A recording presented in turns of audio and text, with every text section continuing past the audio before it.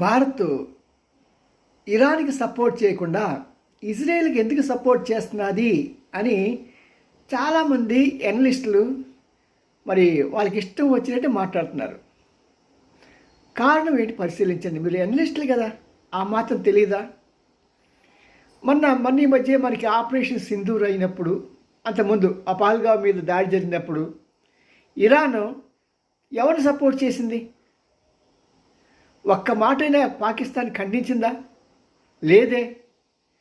Operation సింధూర్లో ఎవరికి help చేసింది? డైరెక్ట్గా పాకిస్తాన్కే హెల్ప్ చేసింది కదా.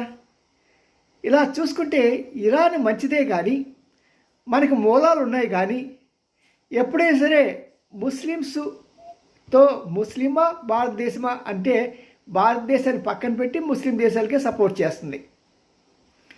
మరి అలాంటి క్లిష్ట సమయాల్లో మన ఆదుకునేది ఇజ్రాయెల్. మళ్ళీ అలా ఆదుకుంటున్న ఇజ్రాయెల్తో మనం కలిసి ఒక వ్యూహంగా, ఎందుకంటే అందరికన్నా బద్ద శత్రువు టర్కీకి ఏంటంటే వాడికి మన మీద చాలా కోపం. ఎప్పుడో ఒటమన్ సామ్రాజ్యం ఉన్నప్పుడు మన రాజస్థాన్ యుద్ధవీరులు 500 మంది తమ అశ్వాల మీద వెళ్ళి అక్కడున్న 1200 మందో 1300 మందో టర్కీ సైనికుల్ని బంధించారు. దాంతో మా ఒటమన్ సామ్రాజ్యం పతనమైంది. కాబట్టి ఈ భారత సామ్రాజ్యాన్ని కూడా, రిపబ్లిక్ని కూడా నాశనం చేయాలి అని కంకణం కట్టుకున్న మత ఛాందసుడు. అంతేకాదు ఈ ముస్లిం దేశాలన్నిటికీ నేనే పెద్దన్నగా ఉండాలని, అదే కాకుండా ముస్లిమ్స్ అందరూ కలిసి ఒక నాటోగా ఏర్పడాలని, ఉన్న పాత నాటోకే దిక్కులేదు. ఈ కొత్త నాటో వచ్చి ఈయనేం చేస్తాడో తెలియదు. బట్ ఏదైనా సరే తన హీరోగా తన చుట్టూ అన్ని ముస్లిం దేశాలు ఆహా ఓహో అనాలని అతని యొక్క ఆశ, ఆకాంక్ష.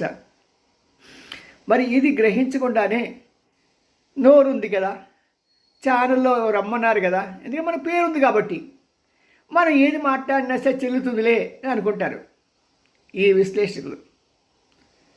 దానివల్ల కొంతమంది ప్రజలు కన్ఫ్యూజ్ అవుతారు మాస్టరు. ఎందుకంటే మీరు చూసే దాంట్లో ఎవరైనా సరే 2-3 రకాల ఛానల్స్ చూసారనుకోండి, వాళ్ళు టక్కును పట్టేస్తారు.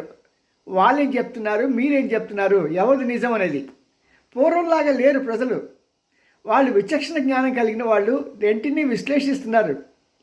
ఇప్పుడు అన్ని ఛానల్స్ అందరికీ ఫ్రీగా వస్తున్నాయి. మహా అంటే ఒక 500 రూపాయలు 600 రూపాయలు కడితే చాలు. మరి ఇలాంటి సమయంలో మన పరువు ప్రతిష్ట ఎందుకు దిగదార్చుకోవాలి? ఉన్నది వాస్తవంగా చెప్పండి. CM N Ramji, senior journalist, గుడిగంటల టీవీ9. లైక్ చేయండి, షేర్ చేయండి, సబ్స్క్రైబ్